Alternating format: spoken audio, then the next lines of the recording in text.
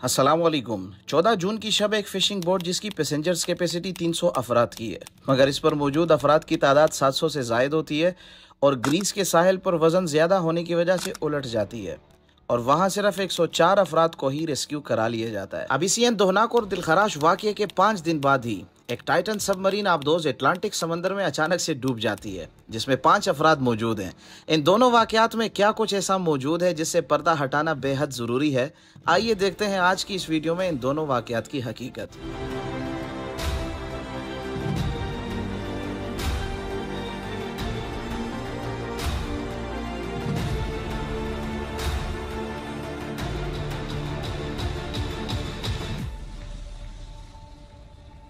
10 जून 2023 की सुबह एक फिशिंग बोट लीबिया के तोब्रुक सी पोर्ट से निकलती है। वेट के लिहाज से इस जहाज पर सिर्फ 300 अफराद ही आ सकते हैं, मगर जहाज पर मौजूद अफराद की तादाद 700 से जायद है, जिनमें अक्सरियत का ताल्लुक पाकिस्तान, फलस्तीन, सीरिया एंड अफ्रीका से है।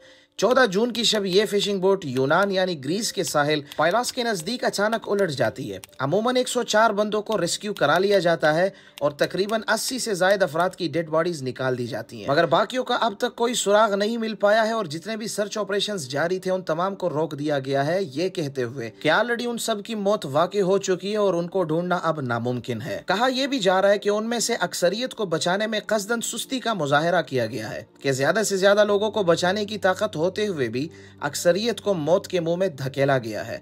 कुछ ऐसी वीडियोस भी वायरल हुई हैं जिसमें देखा जा सकता है कि बोट उलटने के बाद इर्द गिर्द से फायरिंग भी हो रही है और डूबने वाले अफराद को डराया और धमकाया भी जा रहा है। मगर ये एक सवालिया निशान है कि आखिर ऐसा क्यों किया गया या फिर इसकी सच्चाई असल में है क्या। वैसे देखा जाए तो इस वाकये के बाद यूनान में रहने वाले लोग अपनी ही गवर्नमेंट के खिलाफ पुरजोर एहतजाज कर रहे हैं, जिनमें अपनी ही हुकूमत को कातिल भी करार दिया जा रहा है। अब इसी वाकये के 5 या 6 दिन के बाद कनाडा के अटलांटिक समंदर में एक और वाकया रोनुमा होता है, जहाँ एक टाइटन सबमरीन जहाज अचानक से डूब जाता है और इसमें 5 पैसेंजर्स की कैपेसिटी मौजूद है। गहराई के लिहाज से ये जहाज 13,123 फीट गहराई में जा सकता है और इसमें 96 आवर्स तक ऑक्सीजन भी मौजूद रहता है। अमूमन इस सबमरीन को 14 अप्रैल 1912 में डूबने वाले एक मशहूर जहाज टाइटैनिक के मलबे की खोज और रिसर्च वगैरह करने वाली टीम्स के लिए बनाया गया था, लेकिन इस दफा इसमें बैठने वाले पैसेंजर्स कोई रिसर्चर्स नहीं बल्कि टाइटैनिक के डूबे हुए उस जहाज को देखने या फिर सैर व तफरीह की नीयत से आए थे,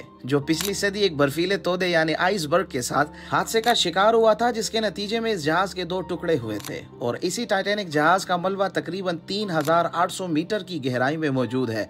मतलब एक अंदाजे के मुताबिक अगर 4 बुर्ज खलीफा एक दूसरे के ऊपर रख दिए जाएं, तब भी टाइटैनिक के मलबे की गहराई ज्यादा रहेगी। अब इसी सबमरीन आबदोज में मौजूद 5 अफराद में ब्रिटिश अरबपति एक्सप्लोरर हैमिश हार्डिंग, मशहूर फ्रांसीसी डाइवर पॉल हेनरी और 2 पाकिस्तानी बाप बेटे शहजादा दाऊद और 19 साल नौजवान सुलेमान दाऊद भी मौजूद हैं। जबकि शहजादा दाऊद खुद एक मशहूर बिजनेसमैन है और नामवर कंपनियों के मालिक भी हैं। आपको ये भी बताता चलो कि इस एक्सपेडिशन के लिए आपको $2,50,000 सिर्फ एक बंदे के लिए पे करने पड़ते हैं, जिसे पाकिस्तानी रुपयों में अगर देखा जाए तो इसकी कीमत तकरीबन 7 करोड़ रुपए से जायद बनती है। अभी तक ये मालूम नहीं हो सका है कि आखिर इस टाइटन सबमरीन के हादसे की असल वजह क्या बनी है।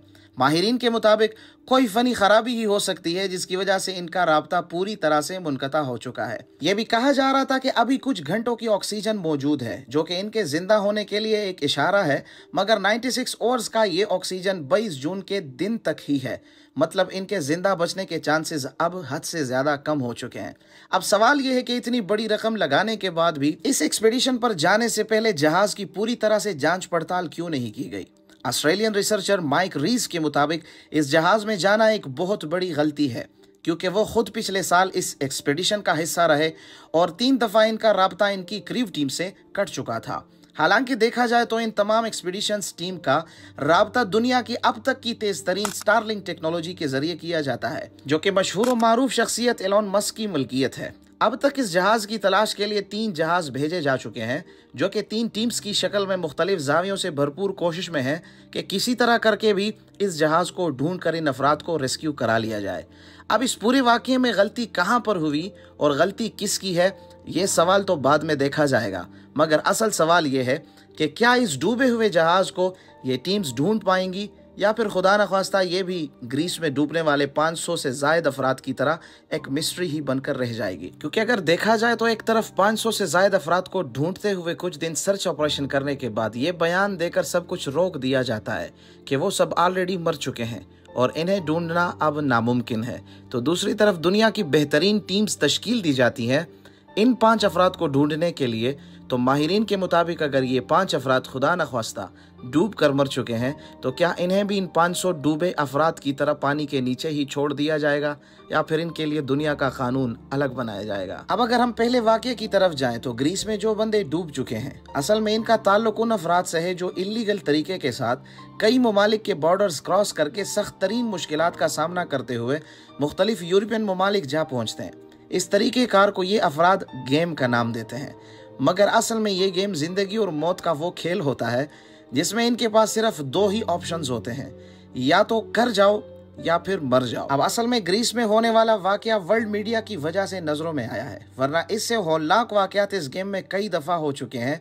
क्योंकि इस गेम में सबसे ज्यादा सफर पैदल करना पड़ता है, जिसमें सर्दी, गर्मी, बारिश, बर्फ पोश पहाड़ियां और मुश्किल तरीन रस्तों से गुजरा जाता है।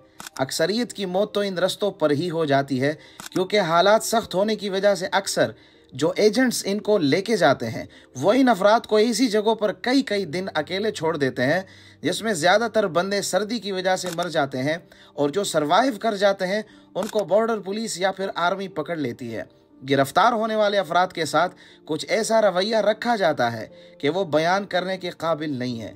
इन अफराद के दांत नाखून तक उखाड़ दिए जाते हैं, अक्सरियत के तो पाँव तक तोड़ दिए जाते हैं ताकि आगे सफ़र न कर पाए। लेकिन ये एक ऐसा गेम होता है कि इधर से भी सरवाइव करने के बाद ये बंदे दूसरे गेम में फिर से कूद जाते हैं और इस सफ़र को शुरू से आखिर तक दोबारा से स्टार्ट कर देते हैं। अगर इन तमाम जगहों से कुछ अफराद बच के निकल भी जाएं तो आगे कुछ ऐसे ममालिक भी आते हैं जिनकी हुदूद में इनकी कश्तियाँ दाखिल होने के बाद उन्हें खुले तौर पर फायरिंग का निशाना भी बना दिया जाता है, क्योंकि बहुत से ममालिक के कानून इतने सख्त होते हैं कि इलीगल तरीके के साथ कोई भी बंदा इनकी हदूद में अंदर आ जाए तो उनको बाकायदा शूट करने की इजाजत होती है। एंड ये वही ममालिक है जिनको इस गेम में आखिरी मराहिल समझा जाता है और बंदे को यही कहा जाता है कि भाई अगर इस मराहिल से निकलोगे तो आप इस गेम को जीत जाओगे।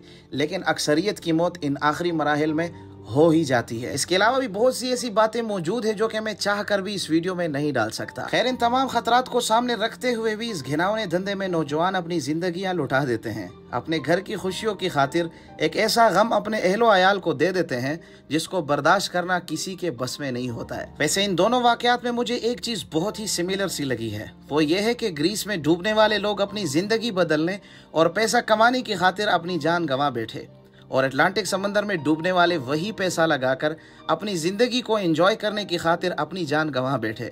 दुनिया की यही हकीकत है, चाहे आप कामयाबी के लिए भाग दौड़ करने वाले हो या फिर एक कामयाब बिजनेसमैन, आपके पास पैसा हो या ना हो, चाहे आपकी उम्र 19 साल हो या फिर आप एक ऐसे इंसान जिसने अपनी आधी उम्र गुजार ली हो, मगर मौत एक ऐसी हकीकत है जिससे जितना भी बचना चाहो मगर आपका जो वक्त मुकर्रर किया गया है इससे बचना हमेशा के लिए नामुमकिन है। अपनी राय से हमें ज़रूर आगाह कीजिएगा कि हमारा ये नया अंदाज, हमारी नई सीरीज़ और हमारी ये नई वीडियो आप लोगों को कैसे लगी है। हम अपनी तमाम वीडियोस अगली दफ़ा इसी सीरीज़ और इसी अंदाज में लेके आते रहेंगे। तब तक के लिए अपना ढेर सारा ख्याल रखिएगा। बहुत जल्द मिलेंगे इसी तरह की एक एजुकेशनल और इसी तरह की एक इंटरेस्टिंग वीडियो में। अल्लाह हाफिज़।